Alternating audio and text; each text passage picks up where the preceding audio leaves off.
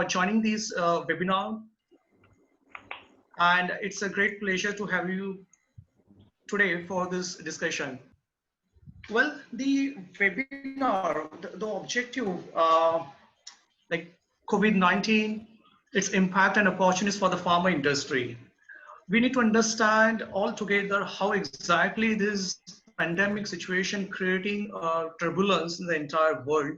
And on top of that, what are the different challenges each sector is facing, specifically pharmaceutical industry altogether, collectively facing them. What are the different opportunities going to be in that we need to see and understand from the experts. The whole objective of this webinar is to understand how different segments in the pharma industry are dealing with the current situation, what the effect and what are the measures should be taken on moving ahead. This coronavirus outbreak has started to hit India's pharmaceutical sector by raising the prices of key ingredients, key molecules, essential medicines, and the prices for the vitamins and, for example, hydroxychloroquine, penicillin, amoxicillin, azithromycin, and so many drugs, the prices got rose like anything, So we, as a experts from the industry, will discuss about this particular aspect. So I would request our panelists to have a quick round of introduction by themselves, and then we can go much more, we can have a deep dive on the topic to understand the various aspects that we wanted to showcase today. So let me let me start with Dharmesh. Dharmesh, I request you to please introduce yourself. Yeah, thanks, Dr. Roshan, for organizing this very important webinar. And in this virtual world, this is really essential we stay connected to the topic. Myself, Dharmesh Kharwar, I've been now working on my own pharmaceutical company based out of Gujarat, Surat. And we are into exports of various pharmaceuticals.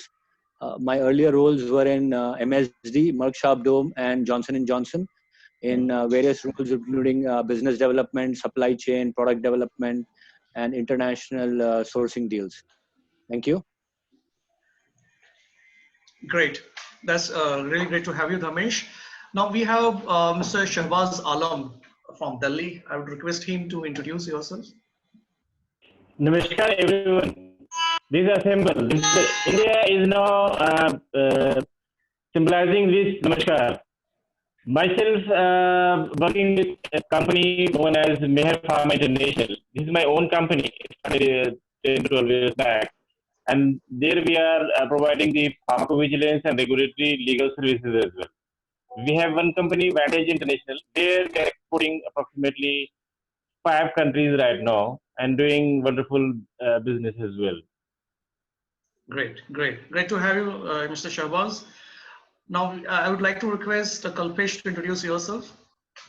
Namaste, very good morning, Kem Cho. I am Kalpesh Waghela from Vadodara. We are basically in compliance. We help companies in India and international market to master the compliance. CSV, gap assessment, risk assessment, remediation, and training is our forte, plus risk management, which is very important. Thank you very much. And it's a great initiative by Dr. Roshan and a great program to help the industries. People are waiting home to learn something new from the experts. And it's a great kind of an event plus kind of a attempt. Thank you, Dr. Thank Roshan. you so much. Thank you so much, Kalpesh. Yes, now I would like to request Mr. Dara to introduce yourself. Can you hear me? Yes, loud and clear. Thank you. Okay, but I can't see everybody, the panelists and all that. That's perfectly all right. We can hear you, but. Now I can see. Yeah. Okay. Right. Okay, so yeah, good, Dr. Rosh. This is a very good initiative you have taken. And the whole country is right now looking at getting out of this COVID-19 lockdown that is there. And everybody is anxious. So I will be able to share some of my thoughts once we start and you ask whatever questions are there. Perfect. Right. Great. So thank you all the panelists for introducing yourself. Take the opportunity and make all the our delegates to be active and get the benefit out of this particular discussion. To specifically the panelists highlight that our delegates are coming from various background from the pharma industry. Let me tell you, these are the experts. Some are from the manufacturing domain, some are from formulation development, some are from regulatory affairs, IPM, supply chain, uh, research, discoveries, business development, and few are also from the academicians who have joined us. So they understand the pharma industry to a certain extent. But now let's also understand what exactly this COVID-19 as a pandemic across the world has created the uh, turbulence and impacted the whole industries. Today's webinar, which is going to focus much more on the impact aspect of COVID-19 and greater to the opportunities which is possibly hidden and that we wanted to uncover for the greater benefit of the entire pharma fraternity. So I would like to start with Mr. Dara first to understand your perspective. Since Okay. you are part of the IDMA, Indian Drug Manufacturing Association, a body which is well connected with the entire pharma industry, uh, and all the corporates are part of that. So we wanted to understand two aspects from you. One is how the government, with respect to administration, are engaged with all the manufacturers, all the suppliers, and what the government is expecting from the manufacturers in terms of providing these services, in terms of the manufacturing and supply chains. That one aspect. Okay. Secondly, there is a great demand and the hope from the entire world towards India in terms of supplying the key drugs, and how as the corporates are looking at it. Yeah. So first of all, let me tell you that IDMA is the biggest body of pharmaceutical and bulk drug manufacturers in the country. And we are known as the voice of the national sector.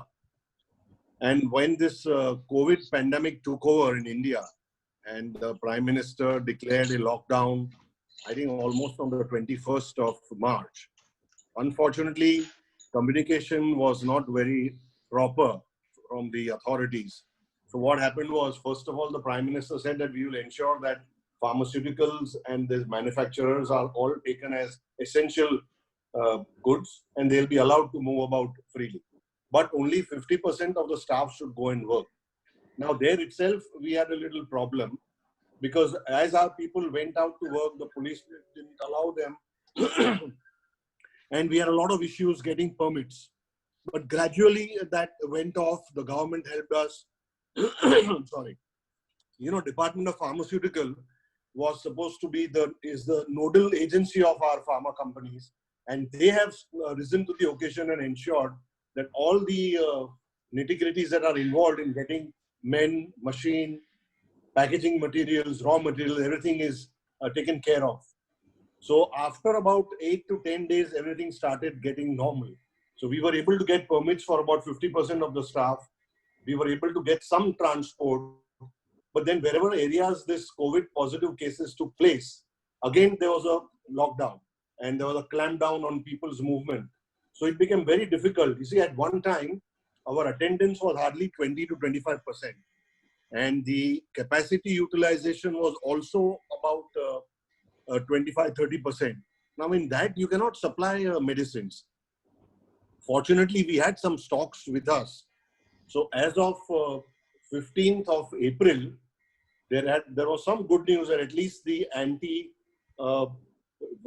and the anti-malarial products are there for at least about 60 days, which includes something at the factory, something at the CNFs, the stockists, and at the retail level. But now, if things get dried up and we don't start producing in a big way, there's going to be a problem. So we have been in touch with DOP. They are in touch with the Ministry of Home Affairs, Health Ministry, the NPPA, DCGI. Everybody is gearing it now to see that the pharma industry gets all the support. So now things are improving. We have almost 40 to 50% of attendance. We have 50 to 60% of capacity utilization.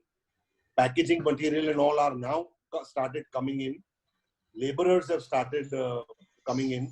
Again, as I said, you know, in the areas which are affected, the laborers cannot come from there to the other areas. So there's a big restriction. Now the collectors have to be pleaded with. We have to go to the police station and get the permits, and a lot of issues were there. But things are improving, and now we are very confident that in the next, say, about 2 to 3 days, things will improve, and everything will be at least 50%. The attendance, the capacity utilization, the ancillary products that we need, things should improve. In fact, materials have started coming in from China also, and we have started getting those materials. The clearance at the ports is an issue even today. It's not functioning well. Like at the JNPT, there are no laborers available to the extent we need. There are no customs officers to the extent we need. So things are very slow. Bombay Airport cargo also, there is a slow movement. In fact, 2-3 days ago, it was totally stopped because there was somebody in the complex who was affected, who was identified as COVID positive. So we had a little problem on that. Now things, if they improve, certainly we will be ensuring that we get the supplies. Another thing is, you know, things like this hydroxychloroquine, azithromycin, paracetamol products. People are now anxious, and so they are trying to do panic buying. That's why the chemists also dry up very fast. So we have told the Chemists Association, AIOCD, and they have also very kindly agreed, and they have passed on this message to their chemists. Tell the consumer that don't panic, buy everything every month, and we assure you of the supplies. So now things are improving. Hydroxychloroquine is available in plenty. Azithromycin is available. Paracetamol is available. There are certain 55 products which the DCGI has earmarked, saying that we must keep that stock because for highly infected patients who are in ICU care, they must have these type of products available, and we have assured them. The broad categories are the vasopressors, the arrhythmia drugs, analgesics and sedatives, antibiotics, antimicrobial. All these products are available. We have no shortage, we have no problem. And if we keep on getting this support from the public, from the police, from the government authorities, and the factories keep working, we will certainly not have any issue. We had a little hiccup on a factory. If it has a COVID positive person working, the whole factory is closed down. And then everybody's put under quarantine. That's a fair point where you highlighted and, you know, given the complete perspective on how exactly the government administration are working on the ground level, you know, on the food war. Yeah. Having said that, on the reality, because yes, there's a lot of restrictions, although at one side, government authorities are allowing the pharma industry to start manufacturing, start operating, but looking at the kind of limitations at every stake, whether it's transportation, whether it's supply of the drugs, whether it's getting the resources, and on top of that, there is a great chances of infection spread across the resources who are traveling from many points, you know. One point which I personally also observe, and possibly you can, you know, correct me in that way, although there are some apex bodies who are monitoring the entire, you know, movement of the pharma industry, right? But let me put it straightforward.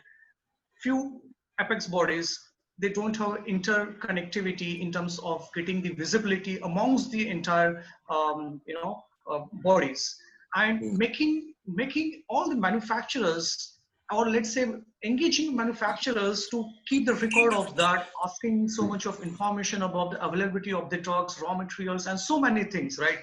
Do you see we all pharma industry manufacturers are engaged in just managing the data, managing the responses, managing the information which is required to be submitted to the authority, and not being actually putting, you know, allowing us to work hardly on the manufacturing side of it? I can hear from that perspective. Yeah. Now you see, this is certainly a challenge, and that's where we come in the picture. As an association, we have been working day and night, supporting our members through our state boards. We have 7 state boards in practically all the areas in the country where there are pharmaceutical hubs. So it is a big challenge, but now government also needs data. We have to provide to them, otherwise that anxiety will be there. And sometimes this data will help us. We know where we are going, whether we are going the right direction, what more support we need from the government. So there are a lot of WhatsApp groups formed. Now there is one very important WhatsApp group formed by the DOP under the chairmanship of Dr. Waghela, our secretary, Mr. Rinwa. That group is known as the Manufacturers, Drugs and the Managing Directors Group. So all of us, heads of the association, the presidents, the government bodies, everybody's there. Then there is another group formed by FICCI of pharmaceutical manufacturers, where also we exchange data. Then we also have a COVID response group, the three major associations, IPA, OPPI and IDMA. And all the three association heads, we are very active on that group. In fact, we have a con call every day in the evening between 6 and 7. We exchange ideas, what the problems we are facing, what representations we are making, what support we need, where is the main point where it hurts the industry. So we are trying to do whatever best we can. In Maharashtra, our FDA and our FDA minister, they have formed a group. There is a war room that is there. So everybody is trying to chip in to see that we, despite this problem, we supply medicines and see that our people don't have a problem on the medicines. So I appreciate what you're saying. It's a concern with my members, but somehow we have to get over this, and whatever data is required, to the best of our ability, we can give. Now, you see, some associations don't have a big membership like ours. We are almost 900 plus manufacturers. Getting data from even 50% is a big job. Exactly. So it's a challenge. We are facing it and we are meeting it. Right. Thank you, Dara. Now, I would like to request views from Shahbaz. Now, Shahbaz ji, as you certainly know that, because of this pandemic situation, every person is suffering more majorly on the economic burden and facing many other problems also, right? And on top of that, the global supply chain is completely disruption as of now, and the manufacturing activity, which is to be solved for the smooth progress. Since you have the expertise, you have very well connected with the global players, you do the exports of pharmaceutical products at the same time. The length and the magnitude of this economical financial market downturns also a huge impact on exports of pharmaceutical product for the global demand. How do you see this could be overcome? Because the whole world is looking at India, not only from supplying the products, supplying the medications, supplying the solutions, but on top of that, the kind of way the Indian authorities as managing the entire pandemic, there's a lot of expectations. So from your perspective, how do you see the export and the demand could get resolved? Thank you. Very nice question. Firstly, I just want to introduce Rabbi Meher. Rabbi Meher means blessings of God. And Rabbi Meher is involved especially for the pharmaceutical industry. We are working to take care the many things, those who are coming with us for the entering into the new ventures, entering into the entrepreneurship or any other things. And we are the organizer of Pharmaratna Universe that connects whole world actually. So it's pride moment that we are discussing very hot topic of the world. It's time to build trust actually with the global village. And it is not time to encash profit. So India is the most responsible country in the world. We are lifeline of the world. We say we are lifeline of the world, and we have proven that we are pharmacy of the world. We are botanical garden of the world. These three things are with India. We can say India is a superpower in pharmaceutical industry. Why? Because we are supplying approximately 20% demand of the world. It's a big deal actually. And for HIV drug, we are supplying 80% HIV drugs to the world. Alone, pharmaceutical industry providing 40% demand of the US and 25% of the UK. This is a very big thing. Even it is a healthcare crisis for the global village. Even then, during the lockdown, I salute to the Indian government and every pharmaceutical stakeholders that they joined hands together and resumed operation and start supplying essential medicine to the across the world.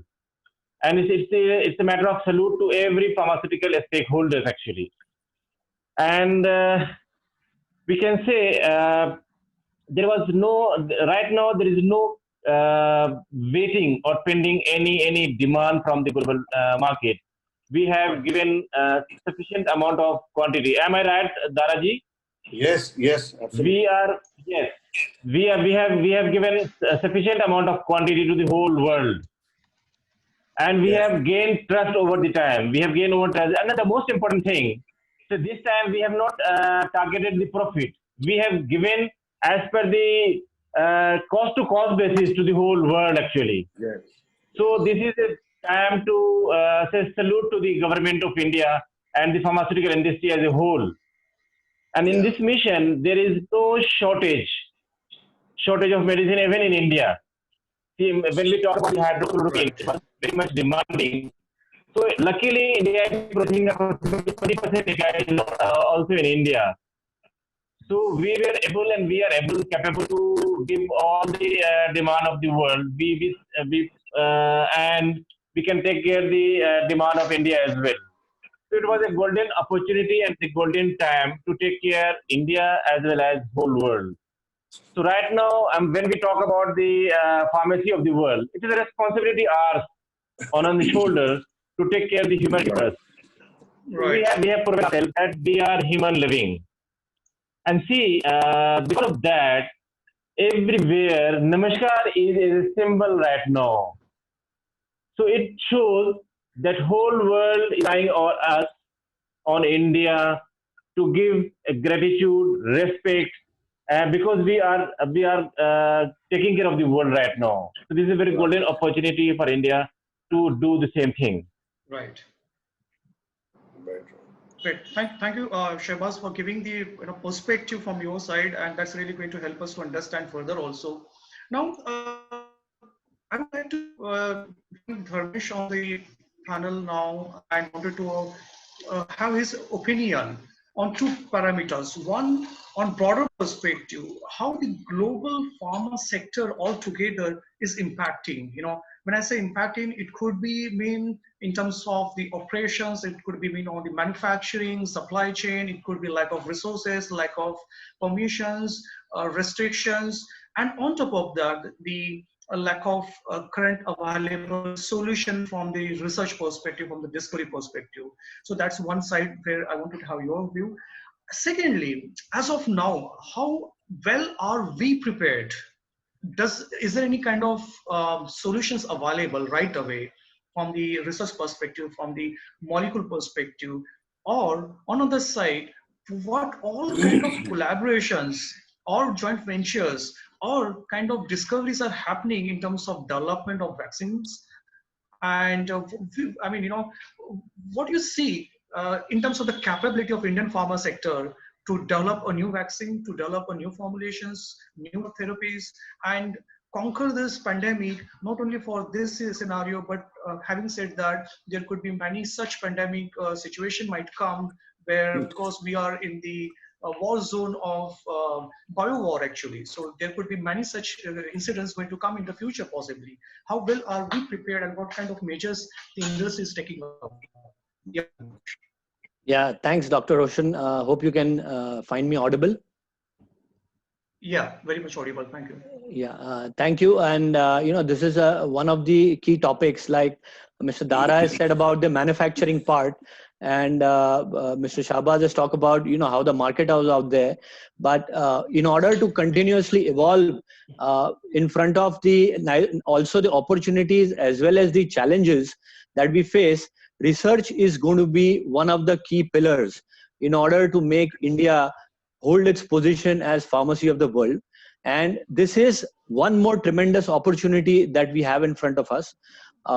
Based on what we have been reading around, one is this event of the COVID, which is more or less virus based. There are lots of other diseases and therapies which are very much needed. And currently, we have seen the India pharma sector, a lot of companies which are Indian multinationals who are now stepping up in last 5 to 10 years. They have stepped up research like anything. And while foreign multinationals, where I was working earlier, has kind of moved away from India as a destination, the Indian companies have actually filled up that space. So I would say that there is a grassroots movement which is happening. It's just that we need to nurture it. Now, how do we nurture it? There are two broad aspects by which we see this. One is a portfolio management, which is what products, what therapies, what services we have. And secondly is the infrastructure management. And how do we go about it? In terms of portfolio, definitely the number one strategy which our Indian scientists and manufacturers and the government should focus on is the biotech. The biotech is going to be our next growth driver, should be a growth driver. Like how when we didn't have patents, the small molecule generic industry took us to where we are today. And the export market is 50% of our domestic sales, and it's that large. And we do export to US and Europe and everywhere else.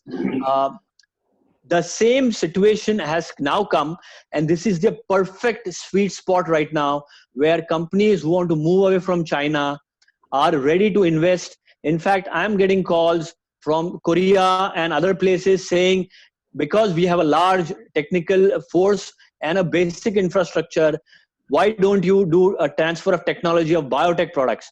And this is the situation which we need to capture today. Take the position as the leader in biotech generics or biosimilars, what we call, and then hold that position, because this is the perfect opportunity to take biotech. There are obviously opportunities in research of key starting materials, which currently we are dependent on China and some European countries as well. It's not all China. There are some US also imports of key starting materials. And sad to say that some of these APIs also, which are being kind of made by our Indian manufacturers, are actually imported as intermediates and then just recrystallized. And so this has happened in many of the drugs, where when we ask that, do you have everything, China say mal nahi aaya hai, so we can't do it. So that is something which we need to do research on. The key starting materials, doing green reactions, environmentally friendly reactions, and ensure that those starting materials are also produced in India. Starting off, it'll take few years, maybe 5 years, 7 years, how we support pharma, pollution control boards, etc. So that research we need to do and get it green chemistry of starting materials and APIs. We need to start that revolution. That's the second part. The third part is how the pharma industry can also promote various other things that they can do in terms of research. Many of us have got inquiries on, can you, because pharma companies have been doing it, can you also develop, pharma industry is more GMP controlled and they are much more equipped to handle these. The testing kits. The testing kits is now, the lot of discussed topic. There is a court case going on of what the right pricing, etc., should be for imported kits, whether they work or not, etc. But everybody knows Indian pharmaceutical products work. We had a few issues in terms of all these other things which were happening, but we started barcodes and quality assessments. But research on testing therapies is a third space which pharmaceutical industry should take. And I know many companies like, some of the members of other organizations and large companies have taken up space without taking names, their names. They have taken up that space, but this has to be that if the kits are made in India, the quality is assured, then that's the third big thing, because this virus has come and gone. There are a lack of viruses waiting just to jump over to the human as soon as they find the right opportunity. So because of the closeness of the, the density of population and travel, this keep on coming. And second part, very briefly, I'll just end that point, is the infrastructure. The R&D infrastructure needs to be, and more with Dr. Vagasia, sorry. So that will be, Mr. Kalpesh Bhai will say more on that. One is digitization of our research. Digital, we have to go, and all international bodies, and even in my lab, people want to access my computer and do my audit virtually. And I have ensured through VPN, they can do virtual audits. Same way, there has to be a proper GLP system and using the latest IT tools. Third is, the data integrity, which he'll talk. So I think with this, we have the right mindset, we have the right infrastructure, and these three main portfolios that we have to work on, apart from the normal work that we are doing in pharmaceutical. And then India will take its position and maintain its position to grow. Thank you. Wonderful, wonderful, Dharmesh. I think you very rightly highlighted the key aspects that as an industry should work on, rather than, of course, the R&D is the backbone. Whatever the kind of products that are available in the market are basis the discoveries, basis the formulations done in the R&Ds, right? And as you rightly indicated in terms of the biotech, which is the next wave where the entire the future development going to happen, in terms of the working on the antivirals, working on the new molecule therapies. That is what the next trend going to be. But since you already touch upon the infrastructure point, although I wanted to ask separately to the rest of the panel, maybe in this particular question, entire panel can respond accordingly. As we see that most of the formulations, I mean, I can see the questions, a lot of questions are coming from the delegates also. I will try to cover those during the Q&A session perfectly. Let me grab that as well. As an industry, when it comes to the nation first, and we have so much of capability in house with respect to talent, with respect to infrastructure, with respect to the will to do something extraordinary things, right, and support the entire supplies not only to the Indian market but also the worldwide, right? And as I rightly said earlier, the whole world is looking at India. Do you see that? Because most of the raw materials or the APIs are coming from China, right? China is the hub for the APIs. The whole world is kind of dependent upon the Chinese market, in terms of the supplies of.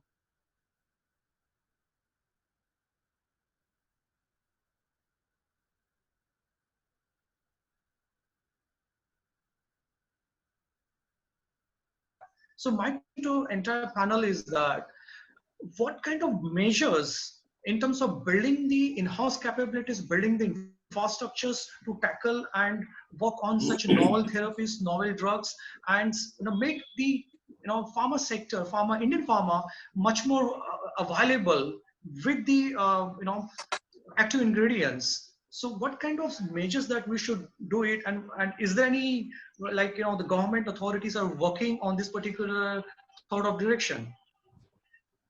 Yeah, I can. Yeah, please. Do you want me to start? You can start, and then Shehbaz will going to join, Kalpesh is going to join on the same question. Yeah. So this is a very pertinent question you've asked, and this question lurks in the minds of everybody. Let's understand one thing, that India was a pioneer in manufacturing and supplying of bulk drugs. We were very self-sufficient in bulk drugs almost about 25-30 years ago. But then China started dominating the scene with the government support. China got huge plants with big capacities. Like, say, for example, if you say a Chinese plant which manufactures vitamin C, it will not manufacture anything else, only vitamin C. So it became difficult for Indian companies to match their prices, the amount of quantity in which they can supply. Same happened for so many other products, even fermentation products, because of government support, no electricity charges, land was almost free, their bank interest is very low. So they started doing well. And obviously our industry, the formulation industry, is highly price controlled.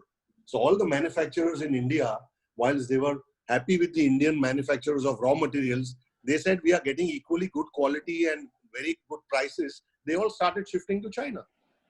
And that is how our manufacturing started getting slow. And then almost we virtually closed down. So that is one issue. Second issue is that we are not new to raw materials. We can pick up manufacturing raw materials with a little government support. This is nothing new for us.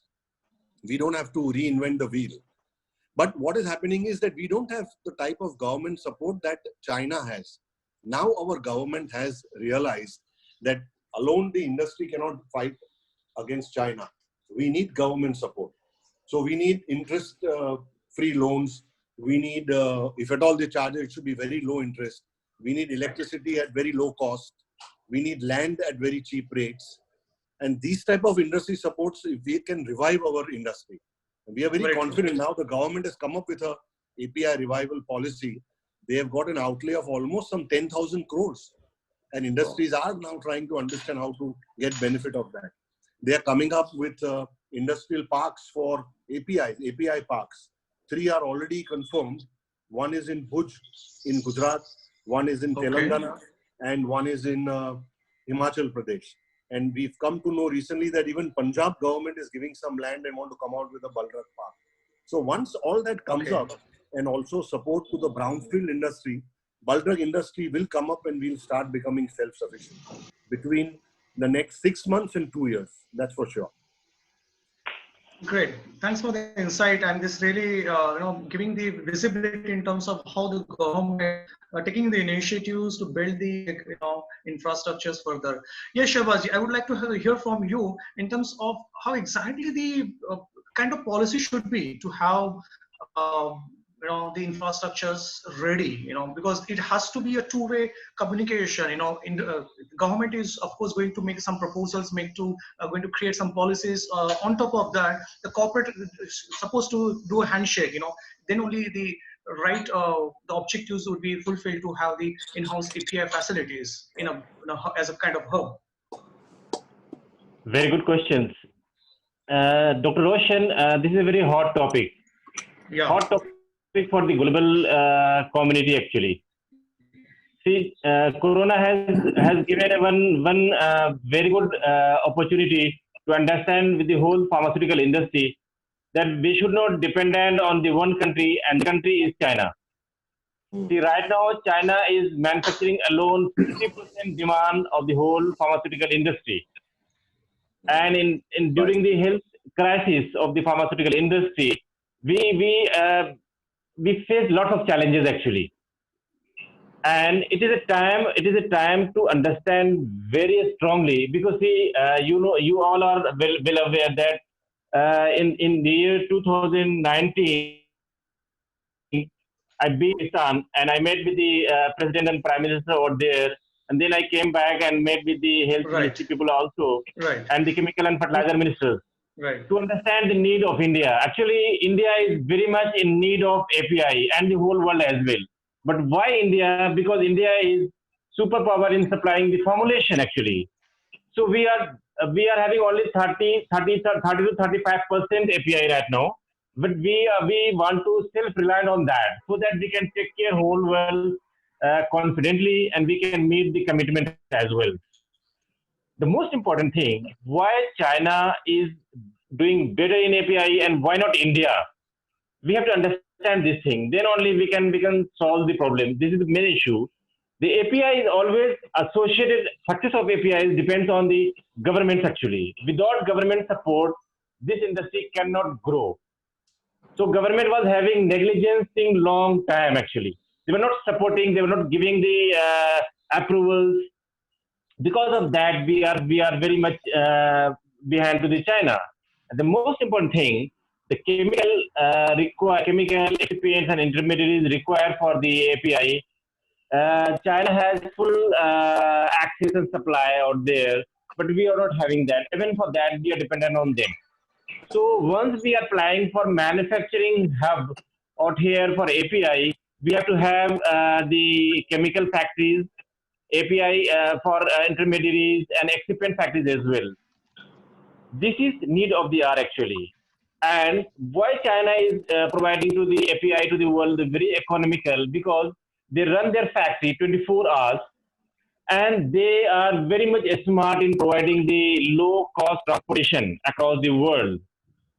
So we should target two-pronged strategy. One, we should have good amount of manufacturing unit out here in India, and we should have our extended hand somewhere else in the world, 5 or 6 places, so that we can transport the API very easily.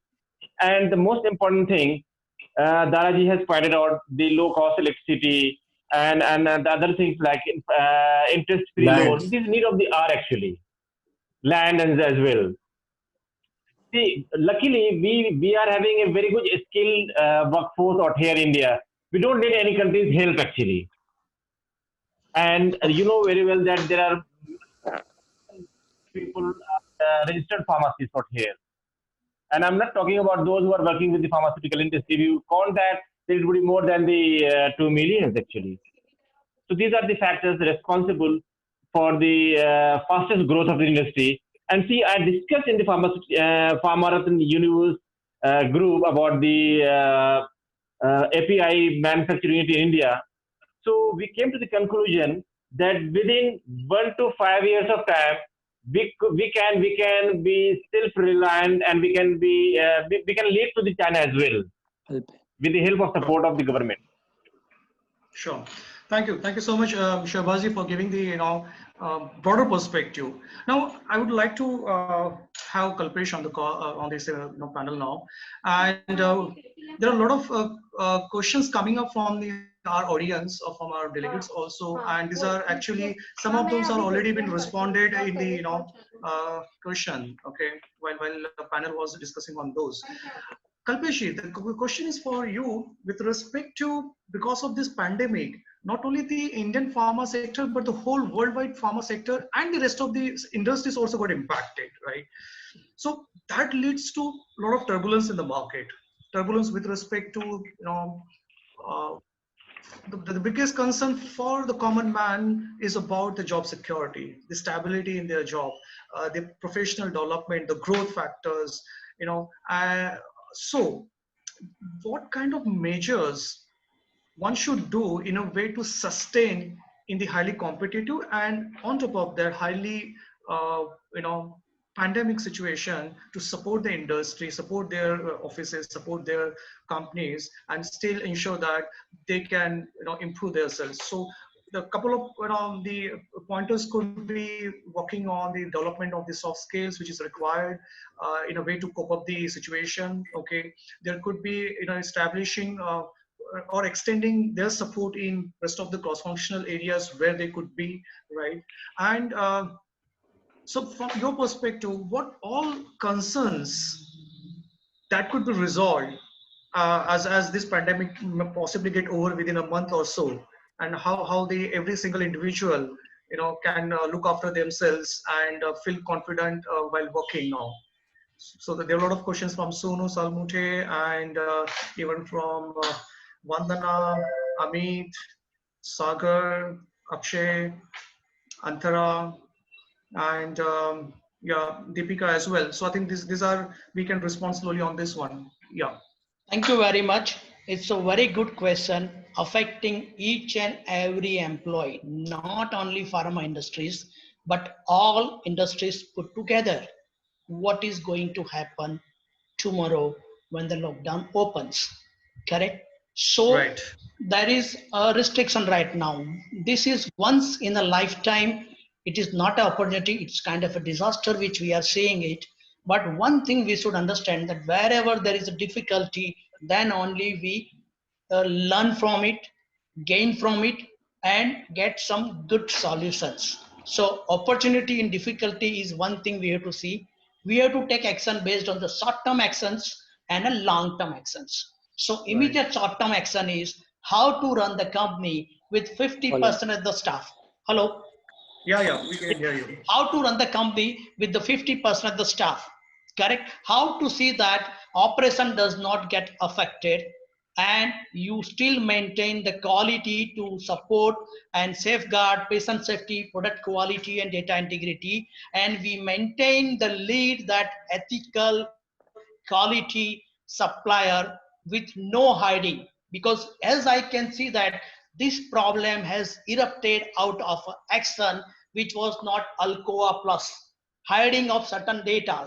If these data were not hide, world would have prepared themselves much earlier, much bigger way, and with lot of restrictions. We didn't do something for incoming passengers, and then we are getting into trouble. So now let us go to basics. Whenever there is a problem, we have to go to basics. Divide the Right. operational activities of the pharma company, or to the extent all the companies, that what work can be done from the home, what work can be done from the office. HR, finance, training, management.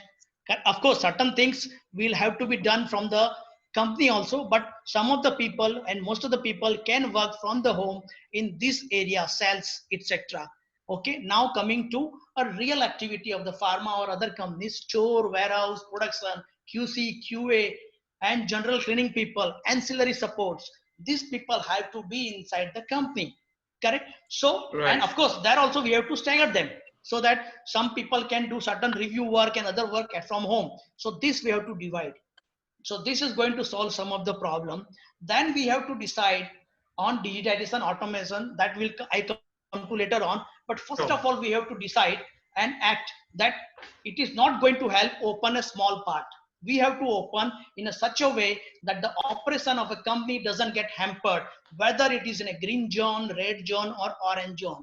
So what we have to do, green zone is a safe area, Right. not to worry about it, but how to have a movement or incoming products, raw material, packing material, labeling, etc. from the red zone. So if they are ready with the production, they can sanitize and send the product with the proper training, CFT and all other places. I'm not going to detail. If the time permits, I can go into that detail. And Right. another thinking which we have to start is start a kind of a campus away from the city, where you have the plant, you have the township also. Birla Group is doing that very nicely, coordinate with the things. So centralized tools are available, automation tools are available. So even SEZs, when they enter, they have got a high-speed thermal scanner, multiple, and they Okay. have a taglines, RF tag, like correct. We have a this text at the tall books. So Right. where once you get that pass, you have to take another pass with the company also. But where are you moving in that area? That is known to you. Attendance systems is so much powerful that if any kind of a pandemic is going to attack, we have to get ready. This can come again and again. We have to Absolutely. focus on a disaster control policy. Correct? Disaster controls. We have to think about not only QPD but now QPDD, quality by design. Correct? Right. And quality by digital design, or Digital quality design. by disaster design. All your Right. URS requirement has to inbuilt disaster in that. On top of it, see, when we do production work, we work, and in between we do the risk assessment. When we go to space, the risk is so high. So risk. In between we do the work. So this is the time. We don't have to think about just in-time inventory. We have to think about disaster in time inventory also. Lean system plus disaster in time. We have to merge it. Big data analytics, machine learning, IoTs, correct? Virtual reality, augmented reality, industry 4.0, which we used to talk about it since last 1 year, 1.5 Right. years. Now it's Right. time to implement. Very Many true. things Very can be true. done. There are much more things. I don't know whether I have time or not, Sure. but this we can think about it and act on it. Perfect. I think that's really well highlighted about how currently the industries are already implementing most of the measures that you rightly indicated, in a way to cope up for the future pandemics lightly, right? And also keep as an individual to keep our morale boosted so that we handle more psychologically and upgrade our skills at the same time. Can I would add small thing also? Sure. Right. Okay, so there are some pharma is very trained. Pharma knows about how to quarantine, how to sanitize, how to control cross contaminations. Correct. So there are body like IDMA, OPPI, IPA. They can sit together and they can draft a good SOP. How to take controls in such area, red zone, green zone, orange zone, doesn't matter.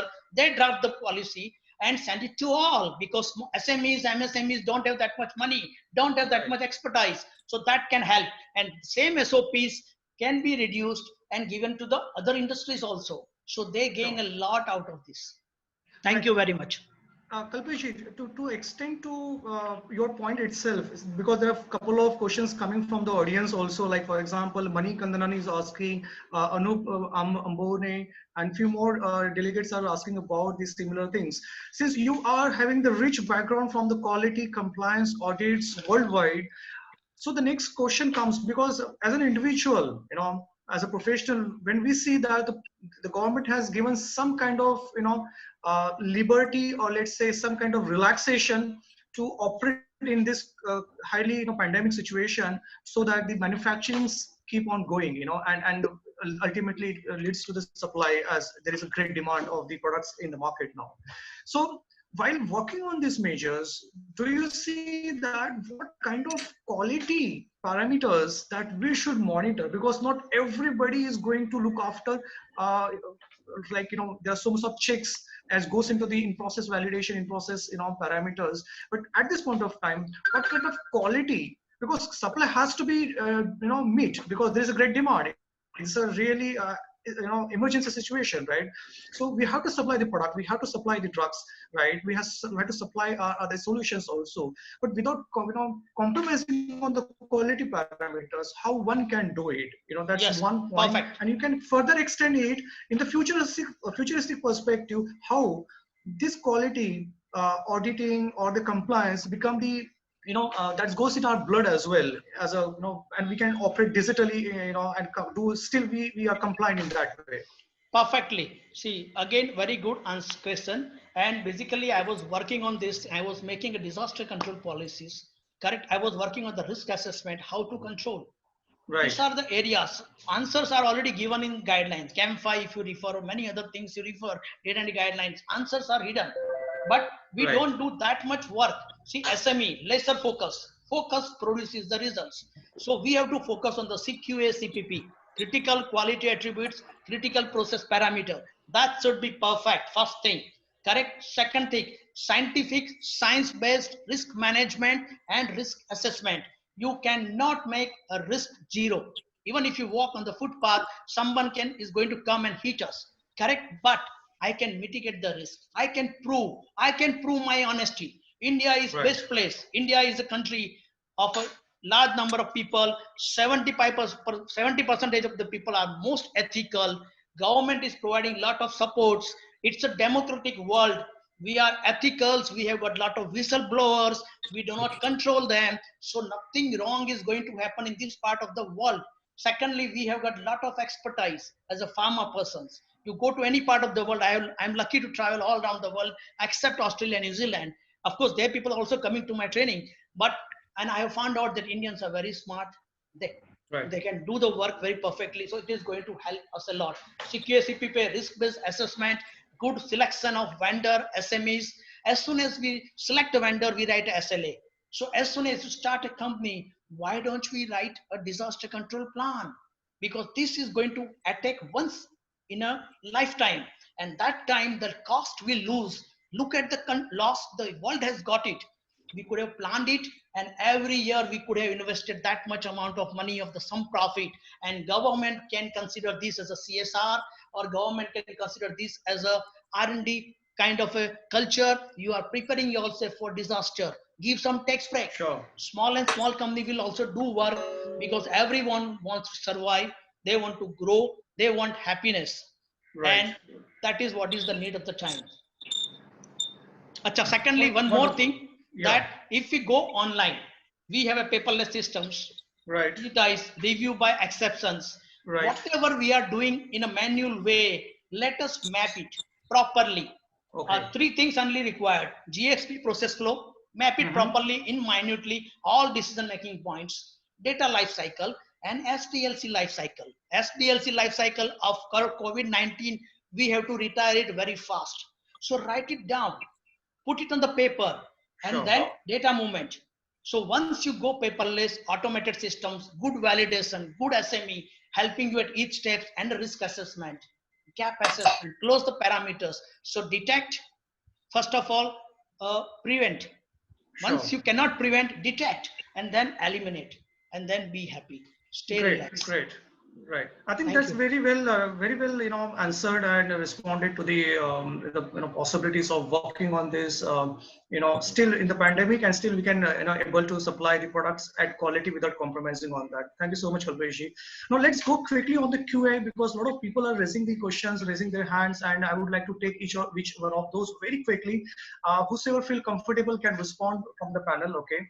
The first question comes from the Kolhapur, that's a Bharati Vidyapeeth College, Dr. Anil Kumar Shinde. He would like to ask, what will be the impact on employability and opportunities to the pharmacy students? The question is not about the already working professional. Of course, that's another concern area. But the budding pharmacists, the budding entrepreneurs, the budding formulator, Dharmesh can respond to it. How these students, where they see their future, at least because this pandemic is creating a lot of turbulence in the market and leading to so much of complications for coming days, right? So how students can look as an opportunity and can prepare themselves? Yeah, Dharmesh. Yeah, I think this is a very pertinent question, and the way I would answer it is by experience and actually implementation. So as you know, after the lockdown 1.0, we had to shut down our plant for at least a week. And, Absolutely. and then we had to restart it again and requalify everything Right. because that's the GMP way. Now, what happened was that many people who were staying in far off areas, because of these red zones, they could not travel. And immediately we placed advertisements, social media, etc., and started the summer internship very early. Normally, we Right. start it in May, when the exams, etc., get over. But we started internships early. So what happened was that the students who were staying in nearby the factory areas from pharmacy colleges and other science and science colleges also, not only pharmacy, whoever was available, immediately our HR started actively interviewing them by video call, and whoever found suitable, we immediately started asking them to join immediately next day. So we Okay. have summer internships started because our routine full workforce is not available. We have started filling in positions with various departments with the interns. So I would suggest that wherever these colleges are there, if there is industry, please contact them. And the summer interns will be very valuable. Not only they will learn, but also the industry will get helping hand, and all the people are very cooperative in the industry. They will train them on the basic SOPs, procedures, and everybody will be having a win-win situation. So this is something I would, talking from my own experience, others can chip in, and I can come back if needed. Right. In fact, I would like to add on this particular question with your extension of the response. First thing is that any situation comes forward, it has both the aspect, and as an individual, we should always look for the positive aspect to it. This pandemic although created a lot of panic situation, but creating a lot of opportunities for everyone, and when I specifically wanted to respond for the upcoming pharmacists or the formulator or the researchers who are right now at the student level, you have the future, there is no doubt about it, but you have to also understand now, since the entire thing is changing, we are driven by the different kind of situations, which is kind of bio war, you can say in that way. So what that indicates, we need to upgrade our skills. We need to add on few features in terms of learning, in terms of understanding the market, in terms of identifying the opportunities within the various segment of the pharma industry, rather than just focusing on one parameter of, let's say, production or only R&D. No, we have to upgrade ourselves, because the profile is changing, the job is changing, the job description also changing, because people are working remotely, working on many other parameters as companies expected from it. So in short, you have the future. Okay, there is certainly, we need to work on the skill aspect, learning aspect, and get acquainted with the industry requirement, because requirements are going to change for certainly, right?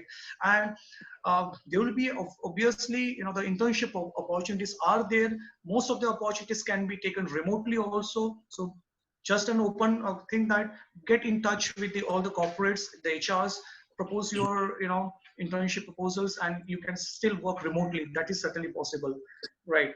So, and if you would like to respond this one, I would like to go to the next question. Okay, Kalpesh, quickly. Yeah, see, in yesterday newspaper or day before yesterday newspaper, there was a small write-up in the newspaper. Okay. Rusan Pharma, who are my Yeah. client, one of the client, they had an interview online and they selected 9 people.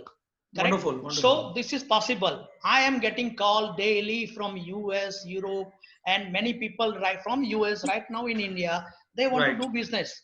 Correct? Absolutely. Of course, government has to do something. If somebody he's stuck in India, he takes my services, he pays me in dollar, even though he's in India, it's to be considered as an export because it's coming in dollar. Because of the lockdown, he's stuck here. So opportunity is there for India, but we have to make ourselves skillful, and in the tough time, the great people will survive and the quickest one will be survive. So we have to sharpen the saw. 7 habits of highly effective people. Sharpen the saw. Exactly. You rightly said it.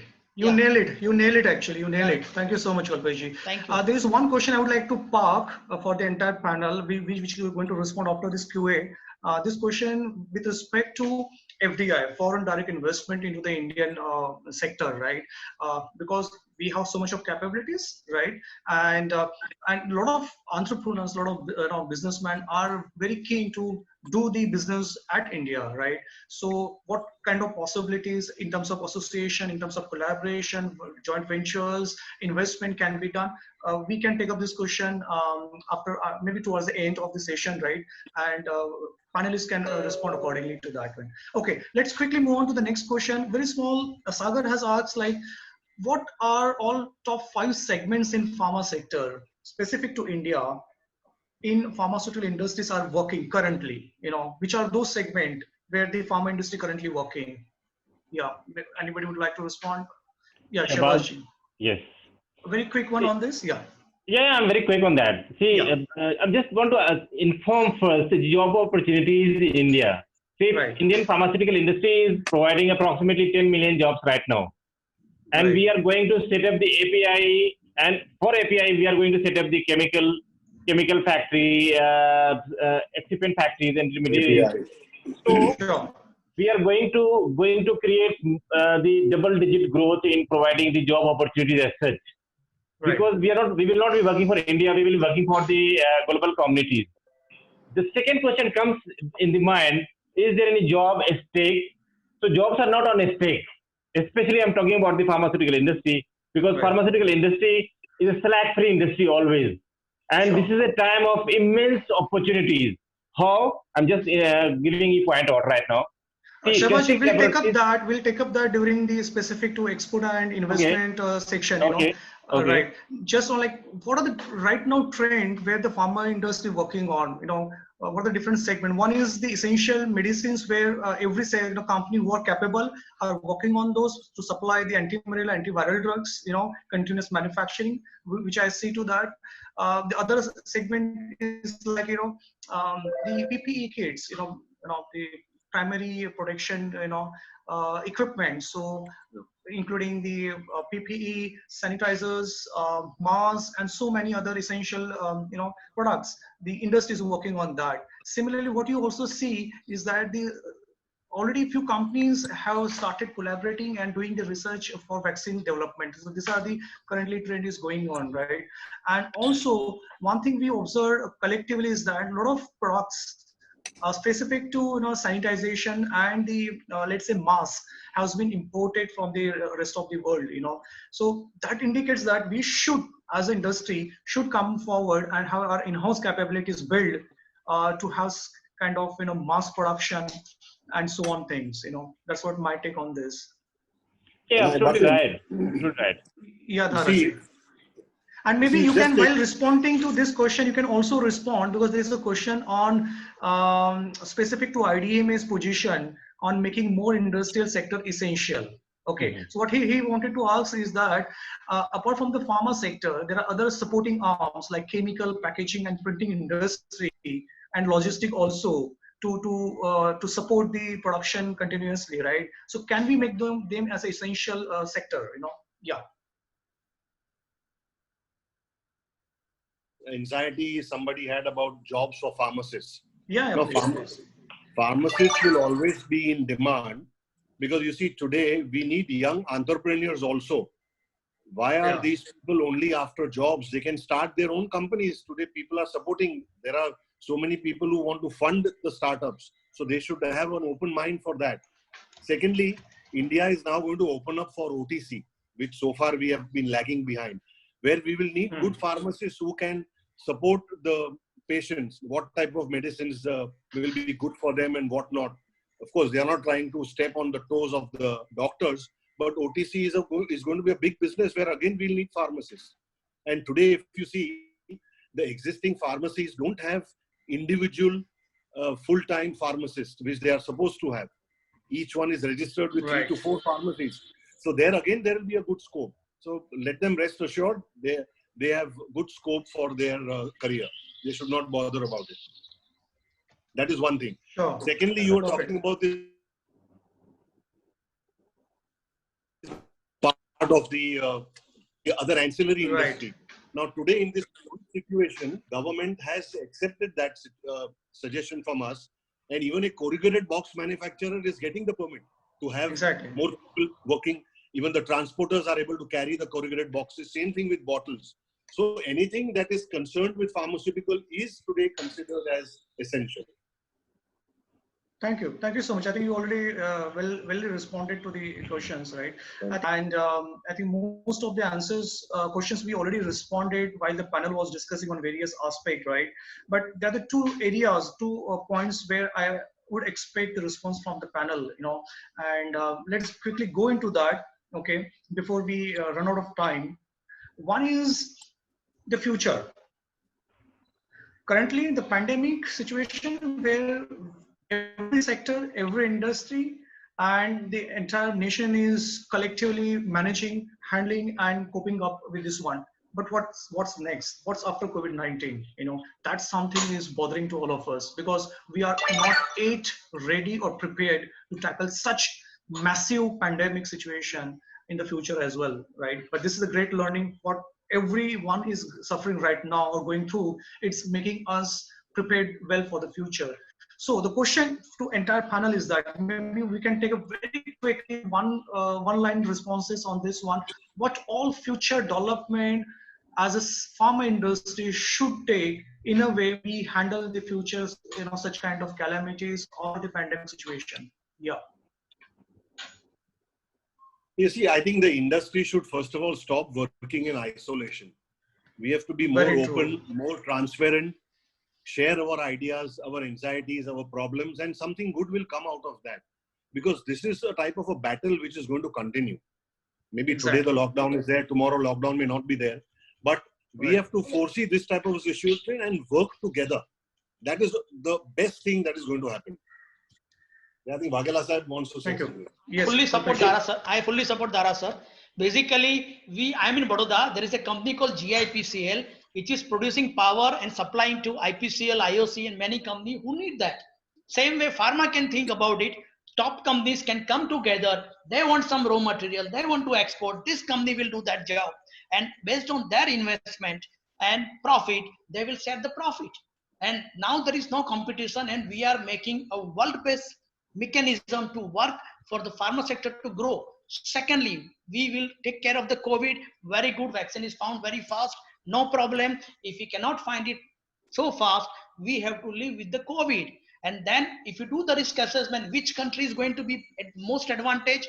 India, because India has a young population. 2015, the average age, median age was 26.8 years. And by 2050, it's going to be 38.1 years. So we are more stronger than other countries, because population can go out and work, correct? So this is also going to help us. High temperature, of course, research says yes, affecting, not affecting, but some research has come out, it is affecting. And I am monitoring the data in Saudi, in Oman, and in India and other countries. And we can see that whether we accept it or not, it is making a difference on how it is spreading, correct? So situation is going to be good. We will be bringing whole world business to India, because now there are going to be a lot of online business opportunity. In fact, I'm sitting at home and helping some countries in foreign places in doing gap assessment, risk assessment. So chance is bigger. It is a mindset. It is not the condition which determines. It is how do you accept it, correct? Sure. And dar ke aage jeete. We have to remember and work for it. Thank you. So Vaghela sir, I have a question for you. Vaghela sir. Yes sir. Yes sir. Do you charge the same fees sitting at home and working, or different? I think I think certain high-end job you get better pricing also sitting at home, correct? But we are willing to work and help industries free also if required and if needed. Thank you, sir. I'm just kidding. Thank you, sir. No, it's okay. No, okay. Thank you so much. But yes, let's close this point. Dharmesh, I want your perspective. Where is the future? How one should prepare? So thanks to Dara and Kalpesh bhai to give all the advantages.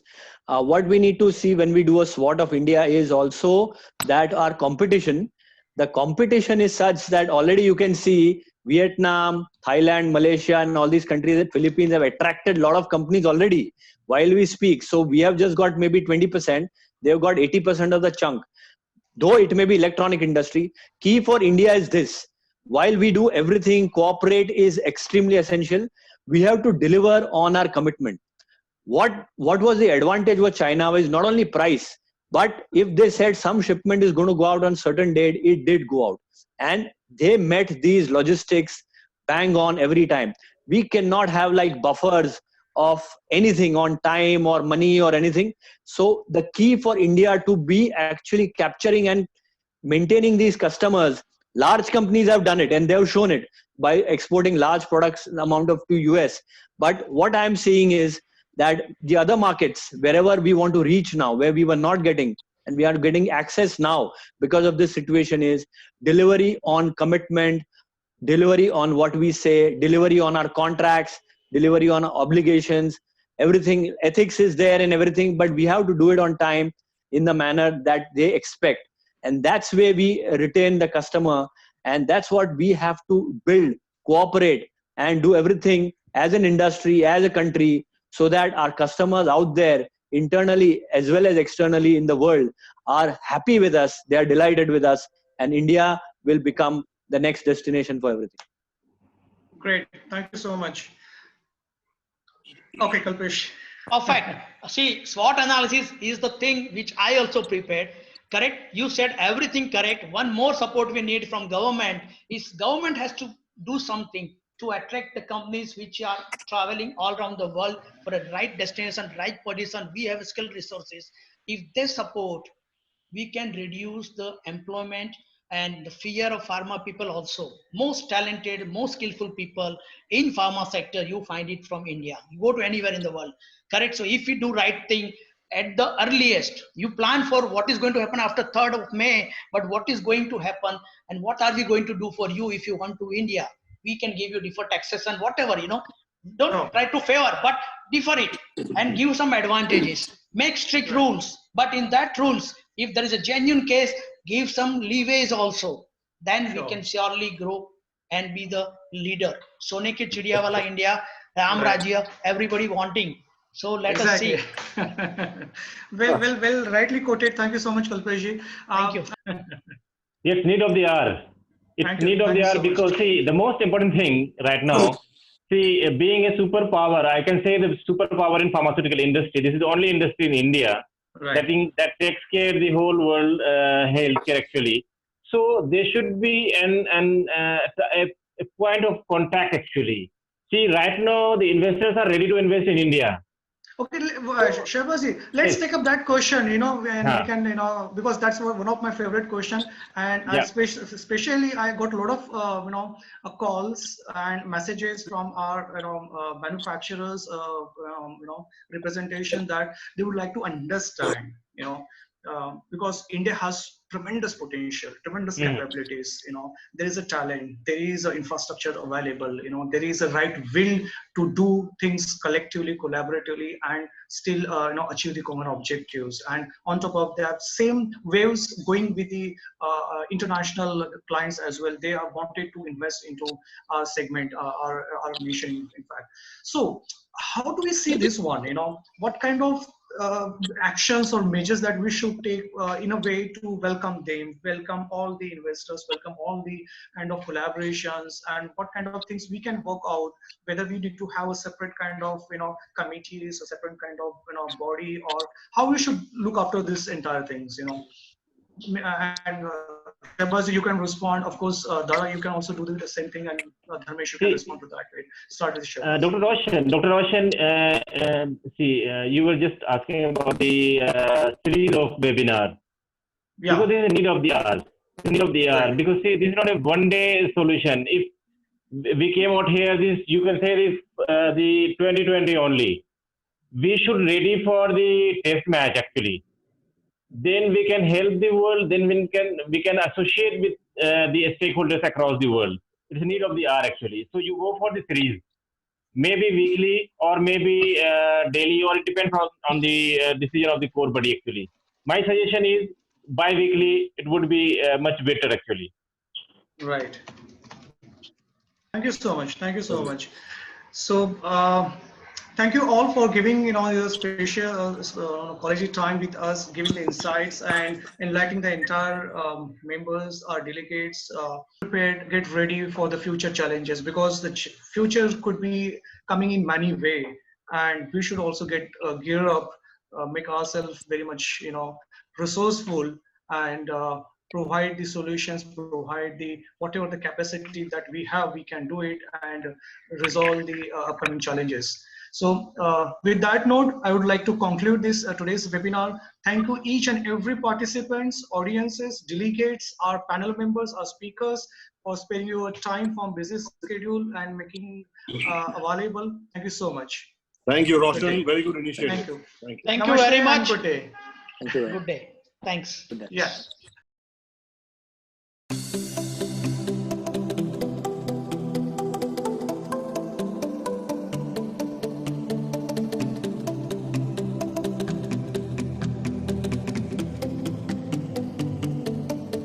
There is a lot of feedback coming from our delegates that they would like to have this session extended further.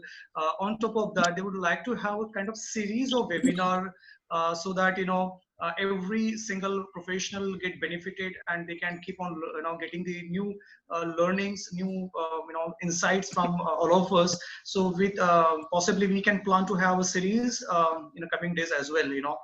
Provided all of us are agree to that.